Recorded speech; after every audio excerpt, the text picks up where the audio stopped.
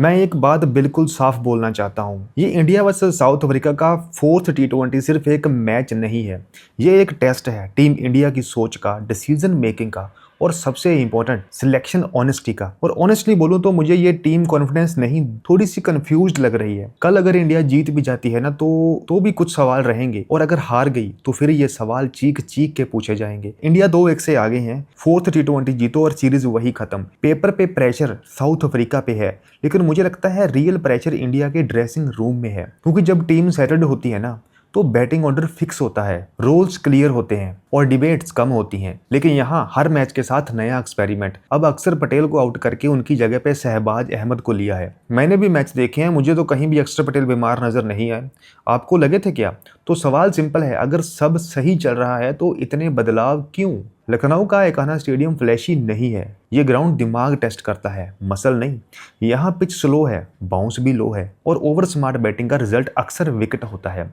इस पिच पे सिर्फ पावर काम नहीं आता, गेम अवेयरनेस काम आती है। और इसी वजह से सिलेक्शन और भी इंपॉर्टेंट हो जाता है, क्योंकि वहाँ वही चलेगा जो प्रेजेंट फॉर्म में हो, सिर्फ नाम से नहीं। अब बात करते हैं सबसे सेंसिटिव टॉपिक पे। गौतम गंभीर के आने के बाद एक चीज साफ है, और वो है कंट्रोल। हर फॉर्मेट में ग्रिप, हर डिसीजन पे अथॉरिटी और टीम पे स्ट्रॉन्ग इन्फ्लुएंस। और ये गलत नहीं है, स्ट्रॉन्ग कोच होना बुरी बात नहीं है, लेकिन यहाँ इशू है रोल क्लैरिटी का। कंट्रोल तब काम आता है जब रोल क्लियर हो, और अगर रोल क्लियर नहीं है तो कंट्रोल कंफ्यूजन बन जाता है। अब आते हैं सबसे बड़े नाम पे, शुभमन गिल।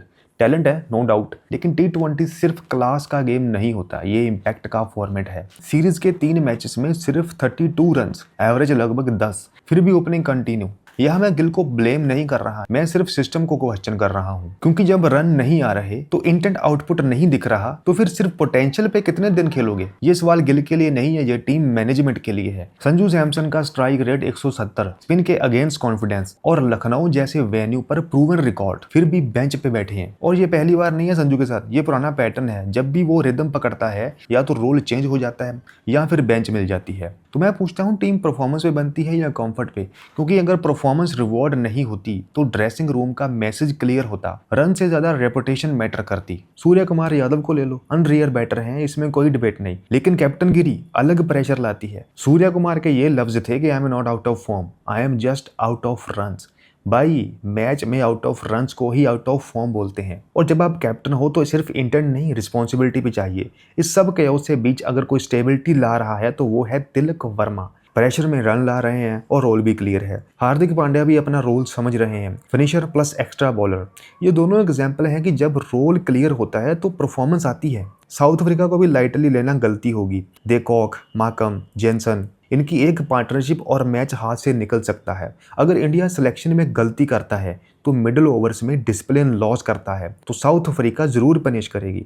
मेरे लिए ये मैच जीत हार से ज़्यादा इंपॉर्टेंट है। ये टेस्ट है थिंकिंग प्रोसेस का, फेयरनेस का और अकाउंटेबिलिटी का। कल अगर इंडिया जीत भी गया ना तो भी ये सिलेक्शन डिबेट खत्म नहीं होगा, और अगर हार गया तो फिर तो जवाब देना पड़ेगा। अब सवाल आपसे है, क्या टीम इंडिया सच में करंट फॉर्म को प्रायोरिटी दे रही है, या फिर हम फिर से एक और टैलेंट को सिस्टम के बीच फंसता देख रहे हैं? कमेंट में अपना ऑनेस्ट आंसर जरूर बताना और चैनल को सब्सक्राइब कर लेना।